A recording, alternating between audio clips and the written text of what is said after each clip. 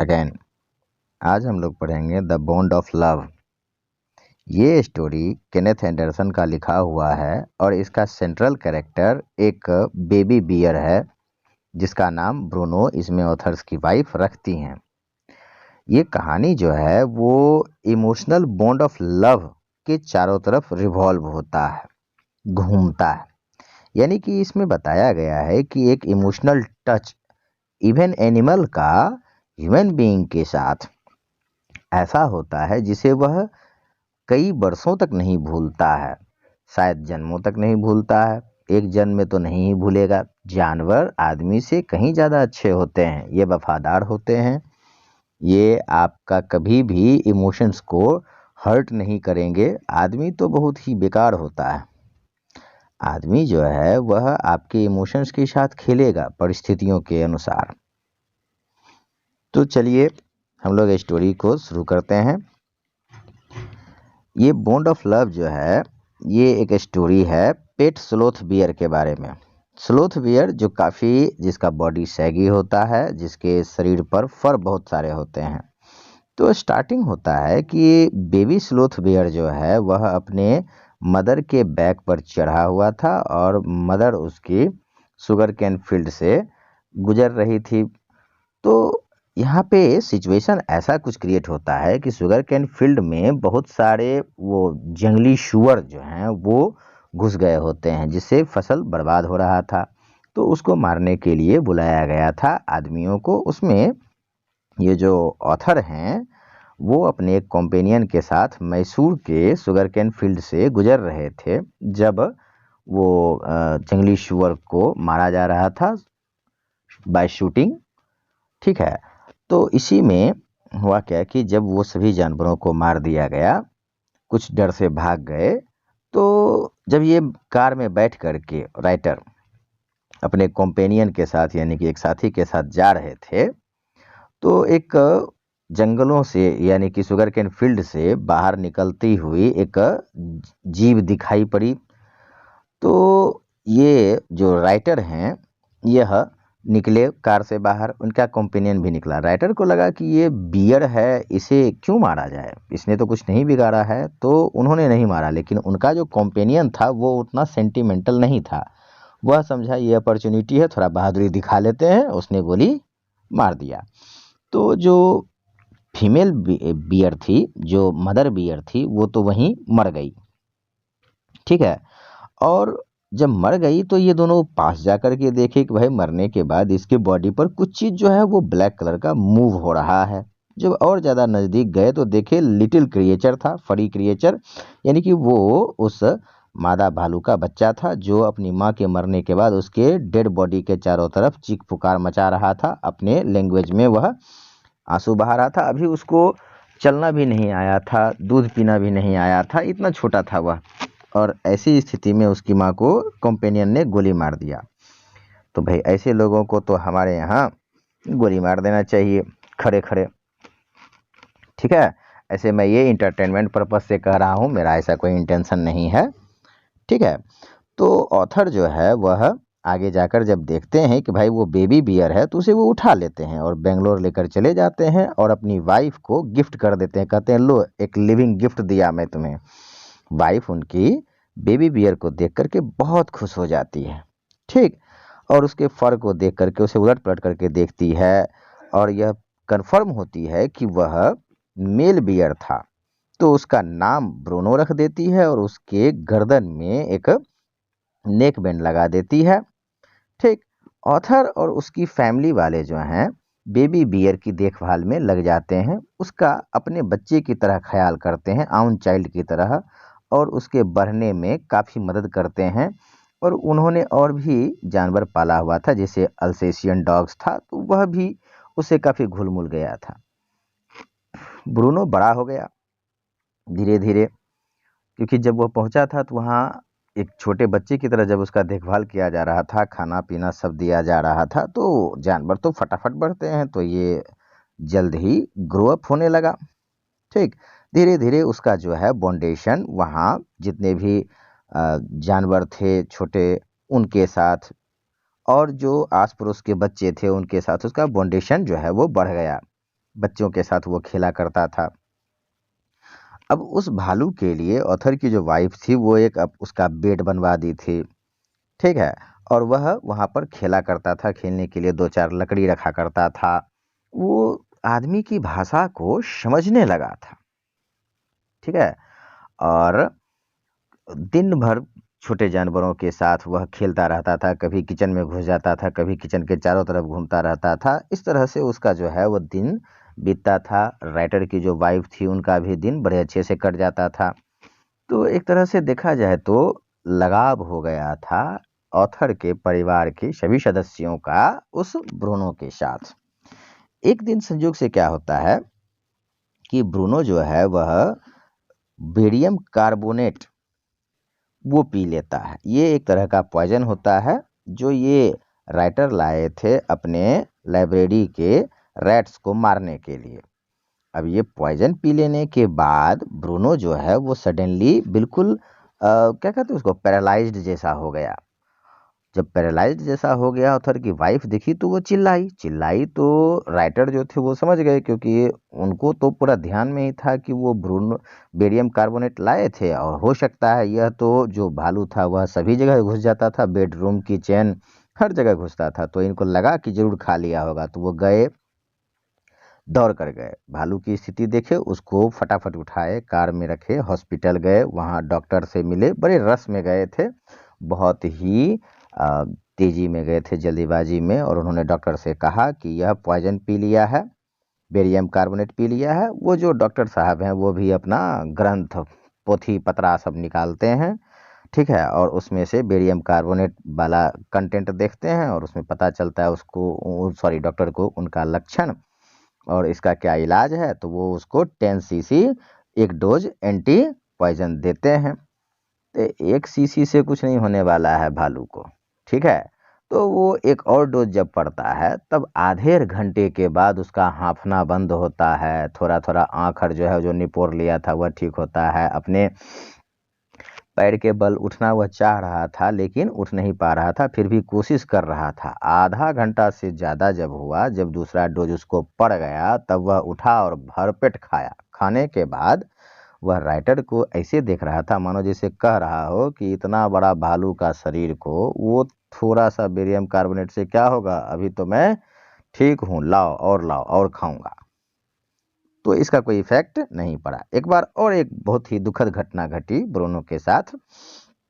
ये राइटर जो है वह ओल्ड कार का यूज्ड इंजन ऑयल ला करके घर में रखे थे, फर्नीचर में जो टर्माइट्स लग जाते हैं, दीमक वगैरह, उसको छुड़ाने के लिए या उससे अपने फर्नीचर को बचाने के लिए। ये समझा क्या मजा, फर्स्ट क्लास चीज है, पीने वाला दारू टाइप का, पी लिया उठा करके। तो जो ऑथर हैं इनको थोड़ा सा डर लगा, लेकिन उस इंजन ऑयल का कोई ज़्यादा प्रभाव भालू पर नहीं पड़ा। उसके बाद दिन इसी तरह से हंसी खुशी में गुजरते रहे। ब्रूनो जो है वो साइज में बड़ा होता रहा, बड़ा ही खेलने वाला नेचर हो गया था उसका। बाद में ऑथर की वाइफ जो है वो उसका नाम ब्रूनो से बाबा कर दी। बाबा जो है ये हम लोग अपने यहाँ छोटे बच्चों को कहा करते हैं हिंदी में। धीरे धीरे वह बहुत सारा ट्रिक सीख गया। जैसे जब कभी कोई आता था तो उसका इंटरटेन करने के लिए ये जब राइटर या राइटर की वाइफ कहते थे बाबा रेशल, तो वो एक छड़ी लेकर के लड़ने के लिए तैयार हो जाता था। जब कहते थे बाबा बेबी को स्लिप करो, तो वो एक छड़ी अपने गोद में लेकर के ऐसा प्रिटेंड करता था जैसे बच्चे को सुला रहा है।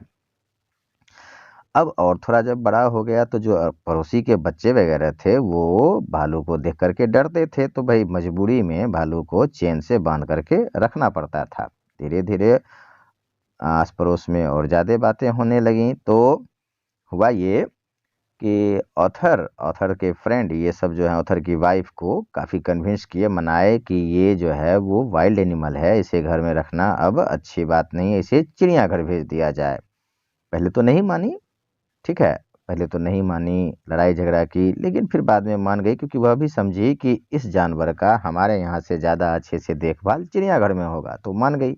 जैसे ही मान गई तो जो ऑथर हैं वह फटाफट से चिड़ियाघर के जू कीपर को लिख दिए पत्र कि भाई हमारे पास एक टेम बियर है, इसे आप अपने यहाँ रख लीजिए। उधर से गाड़ी आ गई, और इसे बियर को उसमें रख करके और चिड़ियाघर ले जाया गया।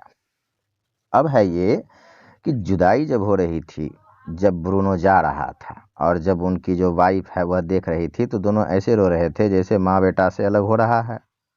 ठीक है, तो जो ऑथर की वाइफ थी वह रोते हुए विदा की। ठीक है, अब उसके बाद हुआ ये कि कुछ दिन तक तो मनाई अपने आप को, खाना नहीं खाती थी। इधर ये ऑथर की वाइफ खाना नहीं खाती थी, उधर भालू जो है वह खाना नहीं खाता था अपने पिंजरे में। दोनों चिढ़े हुए से रहते थे। लेकिन राइटर समझे कि चलो भाई नया नया अभी जुदा हुआ है, कुछ दिन तो लग जाएगा उसको भूलते भूलते। समय बीतता गया, लेकिन ऑथर की वाइफ जो थी वह भालू को काफ़ी याद करती थी। ब्रूनो जो है वह भी फ्रेट करता था हमेशा, और उदासी में वह भोजन वगैरह त्याग दिया करता था, नहीं खाया करता था।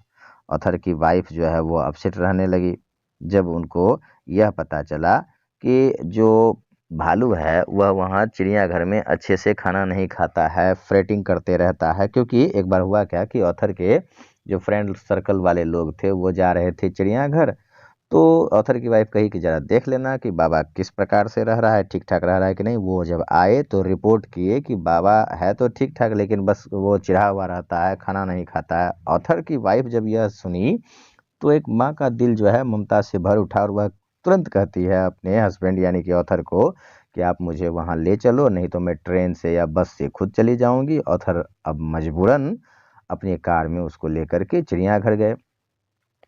ऑथर यह कह रहे थे कि देखना तुमको भूल गया होगा। अपनी वाइफ को वह कह रहे थे कि देखना तुम चिड़ियाघर जाएगी, तुम्हें पता चलेगा कि वो तुमको भूल गया होगा, क्योंकि जानवर है, आदमी तो है नहीं, दिमाग तो है नहीं उसके पास। ऐसा वह उसको सजेशन रास्ते में दे रहे थे। लेकिन हुआ इसका ठीक उलट। जब चिड़ियाघर पहुंचती है ऑथर की वाइफ, तब जो ब्रूनो है वह दूर से ही देख करके अपनी मालकिन को पहचान जाता है और इतना खुश हो जाता है कि अपने पिंजरे में सिर के बल खड़ा हो जाता है, सिर नीचे पैर ऊपर, और हाउलिंग करने लगता है, बहुत खुश हो जाता है। अब ऑथर की वाइफ भी जाती है दौड़ करके, वो पिंजरे में है, ये बाहर से ही अपना हाथ उसके जब कंधे पर सिर पर रखती है तो वह शांत हो जाता है।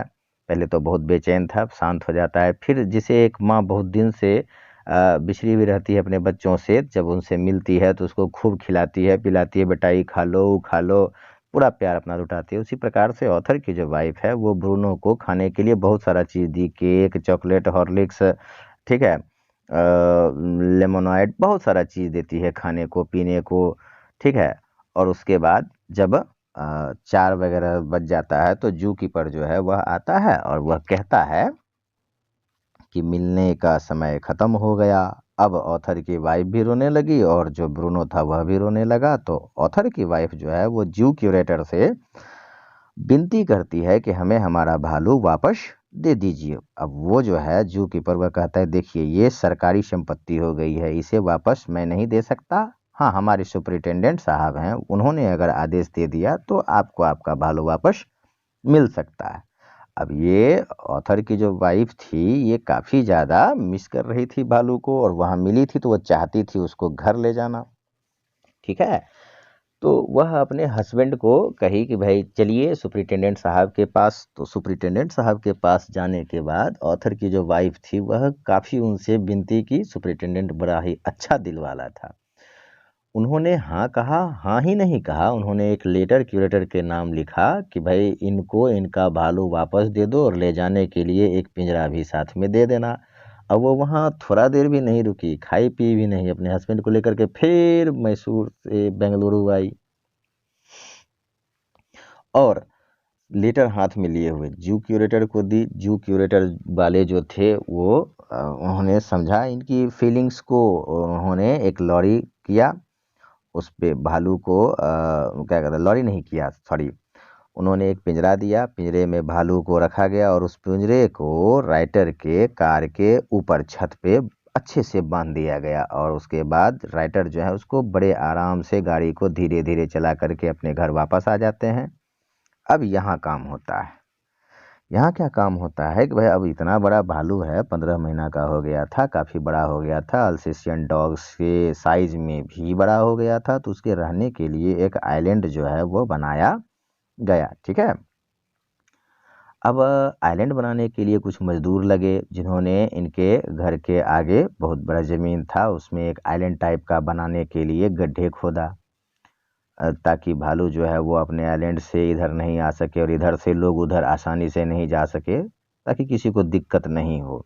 जब फाइनली आइलैंड बन जाता है तो भालू का पिंजरा रखा जाता है, भालू को वहाँ रख दिया जाता है, और भालू जब गया था तो वो जिन जिन चीज़ों से खेला करता था उन सभी चीज़ों को ऑथर की जो वाइफ थी वह संभाल के रखी हुई थी। जैसे बच्चों का खिलौना माँ संभाल के रखती है, वैसे तो उनका सारा खिलौना ब्रूनो का उसके आइलैंड में दिया गया। अब अगला ये था कि भाई ऑथर की वाइफ उस आइलैंड पर कैसे जाएगी, तो इसके लिए ऑथर की वाइफ जो है वो बड़ा ही अच्छा दिमाग लगाई। आइलैंड के इस तरफ एक आम का पेड़ था, उसमें एक रस्सी लगा करके, रस्सी पर नीचे पुल्ली से एक पौदाम जैसा बना करके वो लगवा ली थी। अब इधर से वह चढ़ जाती थी उस पौदाम पर और एक लात ठेलती थी, पुल्ली से होते हुए वह रस्सी के सहारे पहुंच जाती थी आइलैंड पर। वहाँ ब्रूनो के साथ घंटों समय बिताती थी। फिर वापस आते समय भी उधर आइलैंड पर एक पिलर इंस्टॉल कर दिया गया था, जिसमें रस्सी बंधा हुआ था।